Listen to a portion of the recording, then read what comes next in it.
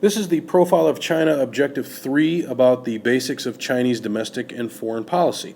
Now remember, with all of these, we're going to get into much more depth and detail in later lessons, but I want to give you an overview of what's happening in China with their domestic policies right now. Now, currently, the one thing you have to understand is that China has always favored, let me rephrase, China is favoring currently economic liberalization, meaning a more free economy, a more hands-off economy, less government control. So economically, yeah, that's great. Politically, they are not practicing any kind of liberalization at all in terms of rights and freedoms and things like that. Although you can't tell by watching this guy, he seems to be having a pretty good time here. I wonder personally how long this lasted before somebody busted him. But on a more serious note, domestic policy in China has a series of problems. One would be human rights issues.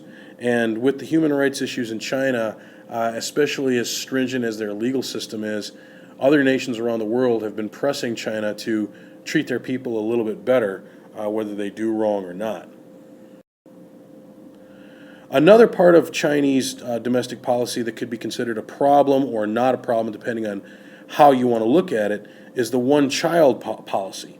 Now, the one-child policy has been in place for quite a few years now, and as you can see here at the top, it says to carry out family planning, implement the basic national policy.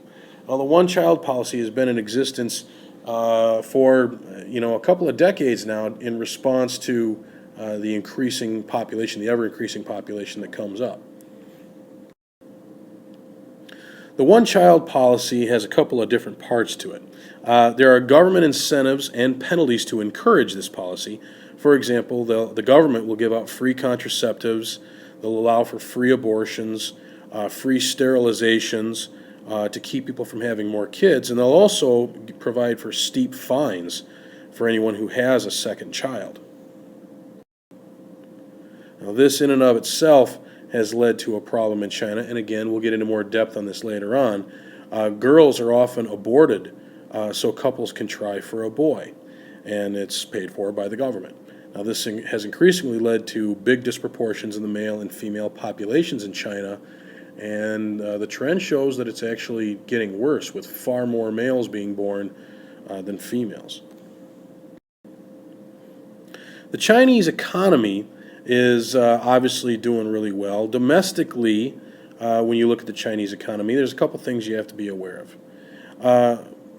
The currency of China is the renminbi, and the currency itself seems to be pretty strong, but that's in part because the Chinese are really appreciating the value of it. We'll get into that a little bit more later on. But China is almost not a socialist economy anymore. 75% of Chinese industry is now privately owned. But that hasn't necessarily solved some of the problems. As you can see here, 50% of the GDP happens in only the other orange-colored areas. The rest of the nation in the gray makes up the other 50%. So there are some urban centers that are really doing well, but the rest of the country not necessarily so. There is increased unemployment in China, increased inequality, increased crime rates. There's an inefficiency in the government state sector of how to get things done. It's led to more pollution. And ironically enough, you don't usually see this in a socialist society, or I should say a capitalist society. Normally when you go to capitalism, or moving in that direction, which China is not a capitalist country yet, but moving there, when you're moving in that direction, you actually see a higher quality of product because you're trying to compete for customers. Ironically, the quality of consumer products in China has actually declined due to decentralization of the economic process, the government being less involved. But one shining example of how well it can work over there is Hong Kong, which was ceded to the Chinese in 1997. Now, in terms of domestic policies, Hong Kong is allowed to be an autonomous city. It's one of the best capitalist economies in the world, and it's allowed to be more politically liberalized. Now, there could be a lot of reasons for that. I'm going to be asking you to investigate that in class. Why is China allowing Hong Kong to kind of just run free with a 15% income tax rate, and pretty much wide open capitalism, and frankly, a little more political freedom. Why would China be willing to do that? Something we want to take a look at as we go along. Foreign policy in China has become a very controversial question.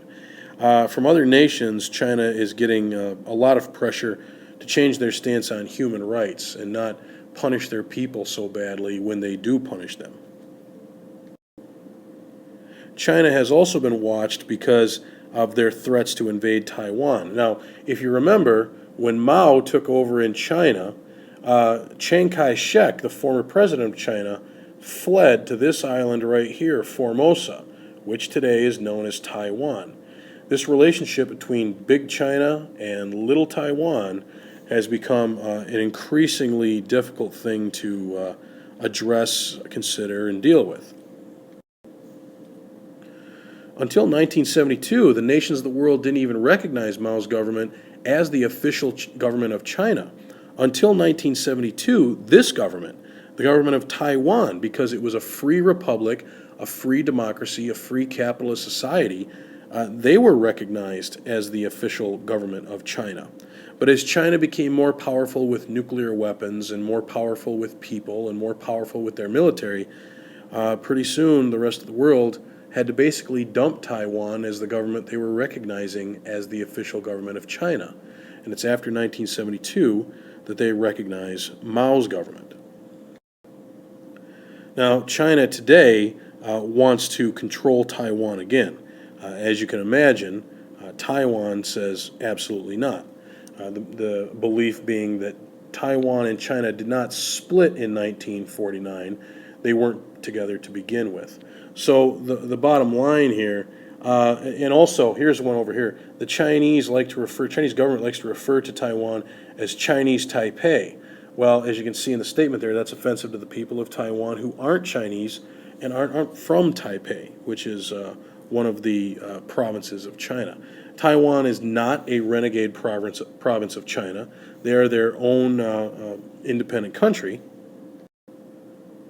And for that reason, the people of Taiwan most likely will continue to resist the idea that they are to be controlled by the Chinese government or be part of China in any way.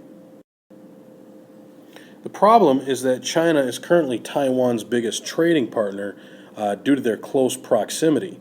That has complicated things a little bit, but the Taiwanese people continue to say that Taiwan is not for sale.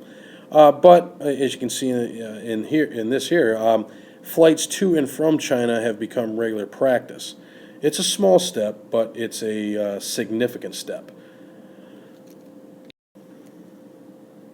Now, in terms of other aspects of their foreign policy, again, China has been really clear about opening for foreign trade and investment. They've now replaced Japan as the most powerful economy in Asia, and they're also currently driving the world economy.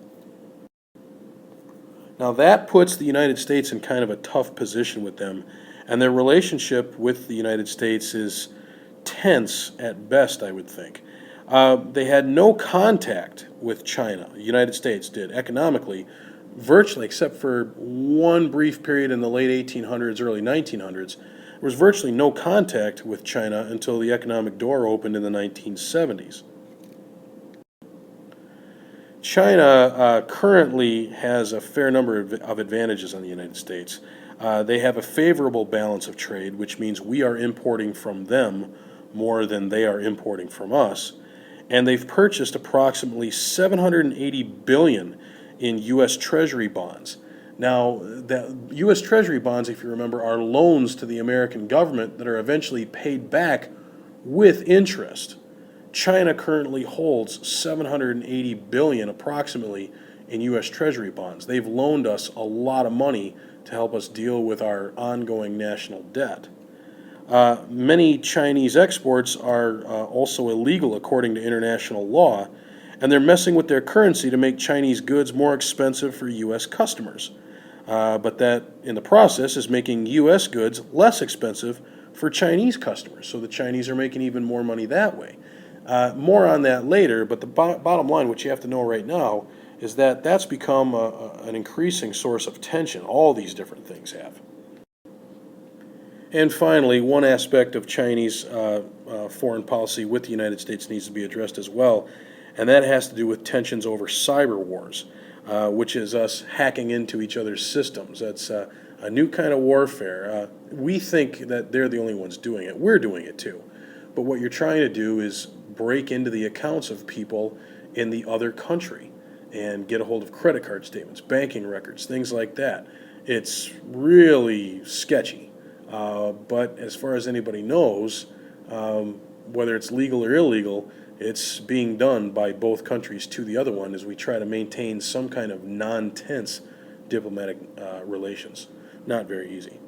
Okay, well, that overall is the profile of China, and the next lesson that we do will be taking a much closer look, more in-depth look at the political and economic history in China as well. Thanks for listening.